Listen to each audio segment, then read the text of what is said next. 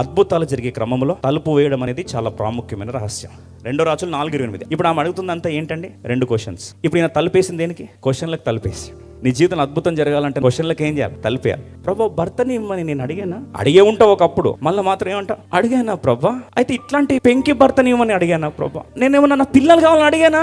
నువ్వు ఇచ్చావు ప్రభా. మళ్ళీ ఆ పిల్లల్ని తీసుకోవడం నీకు న్యాయమా? ఉద్యోగం కావాలని అడిగానా? ఇచ్చావు. ఈ బాస్ నుంచి తలనొప్పి మళ్ళీ ఇవ్వమని నిన్ను అడిగానా? హైలైట్ ఏంటంటే మనం ఏ రేంజ్కి వచ్చామంటే ప్రశ్నలకు తలుపేయమని దేవుడు చెప్తే మనం ప్రశ్నలతో పాటు ప్రార్థన గదిలోకి వచ్చి అక్కడ ప్రశ్నలు అడుగుతాం దేవుని. లోపలికి వెళ్ళేసరికి రెండోది ఎవరిని పంపించేశాడు బయటకి? నువ్వు ఎగతాళి చేసే ఆ మాటలు బయటకు తరిమేదాకా నీ కుటుంబంలో అద్భుతం జరగదు.